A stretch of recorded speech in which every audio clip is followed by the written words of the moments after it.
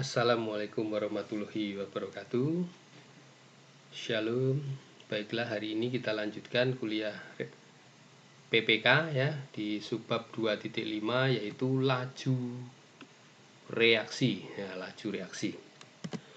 Nah, untuk mendefinisikan laju reaksi ya, maka salah satu komponen harus dipilih ya, dan laju reaksi didefinisikan dalam komponen tersebut.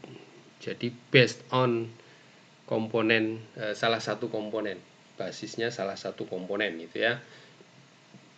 Laju reaksi adalah jumlah mol yang terbentuk ya respect to time ya, terhadap waktu per unit volume of reaksi, campuran reaksi. Didefinisikan seperti persamaan 251. Ya, ini per unit volume. Jadi mol per waktu per volume. Ya, ini satuan dari laju reaksi adalah RI, ini adalah menunjukkan komponen. Ya, kilomol per meter kubik per second. NI adalah mol komponen I yang terbentuk. V adalah volume reaksi dan T adalah waktu dalam second. Nah, jika volume reaktor konstan ya, maka persamaannya menjadi seperti ini. Nah, volume reaktor konstan bisa kita masukkan di sini ya. Ini adalah yang tak lain adalah konsentrasi molar. C ya, C itu konsentrasi molar. Nah, molar concentration. Satuannya adalah mol per volume. Laju reaksi adalah negatif untuk reaktan. Jadi minus RA, minus RB, minus RC gitu ya. Negatif untuk reaktan dan positif untuk produk. Nah, ini contoh reaktannya B, C. Produknya ST dengan koefisien stoikiometri B, C, S, T kecil. Nah, ini seperti ini. Ya. Ini adalah reaktan.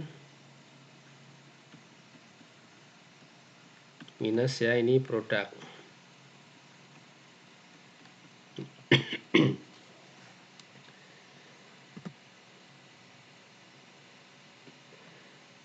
Jika tahapan pengendali laju reaksi di dalam reaksi adalah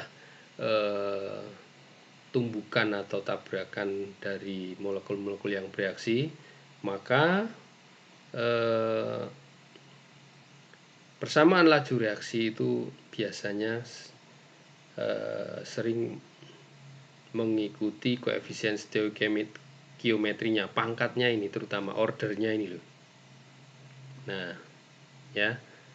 Nah, biasanya kalau order reaksi mengikuti stoikiometrinya, ini yang kita sebut dengan reaksi elementer ya. Elementary reaction. Nah, reaktan ini minus, produk ini positif ya, minus. Ini reaktan. Ini produk. Nah, seperti itu ya. Nah, ini semua sesuai koefisien stoikiometrinya. RI adalah laju reaksi komponen I. KI adalah konstanta laju reaksi komponen I. NC apa ini?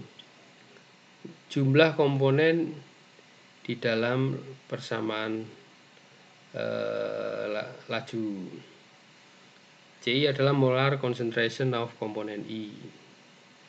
Ya, di eksponen for konsentrasi ini, eksponennya pangkatnya ini BC adalah diketahui sebagai order reaksi. Ya, order. Jadi order B, order C. Ya, kalau ini B ini 1, ya order 1 gitu. Kalau C ini 2 ya order 2 gitu ya. Nah, sekarang kita lihat konstanta laju reaksi itu adalah fungsi suhu yang akan kita diskusikan next ya. Lalu, nah ini yang tadi elementary reaction ini ya, reaksi untuk reaksi di mana persamaan laju reaksinya itu mengikuti stoikiometrinya, ordernya itu sama dengan stoikiometrinya. Ini dikenal dengan elementary reactions. Nah, jika tidak sama dengan stoikiometrinya, ini kita sebut non-elementary reactions. Nah, biasanya misalkan dilambangkan begini, beta, do, ini epsilon ya, psi dan seterusnya. Ini simbol-simbol ya. Jadi beta tidak sama dengan B, lalu do tidak sama dengan C, gini kan. Ini yang non elementary ya, non elementary.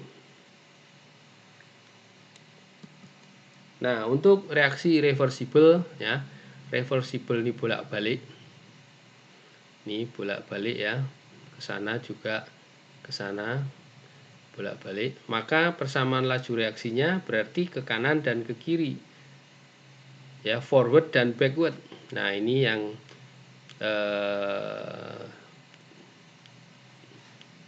ini pembentukan forward ya, yang ini backward. Ini minus, makanya ini minus ya. Ini yang ke sana, ini yang reverse, kembali ke sana ya, balik ya. Ini yang untuk C ya, ini untuk C, ini yang forward, sedangkan ini yang K aksen, ini K aksen, ini yang backward, reverse ya, sama aja, backward reverse. Jadi KI itu adalah konstanta laju reaksi, konstanta laju reaksi untuk komponen I ya pada forward reactions yang ke kanan. Sedangkan KI aksen adalah konstanta laju reaksi untuk komponen I untuk reaksi yang ke kiri, reverse ya. Seperti itu. Ini konstanta laju reaksi. Baik, untuk 2.6 kita break dulu. Terima kasih.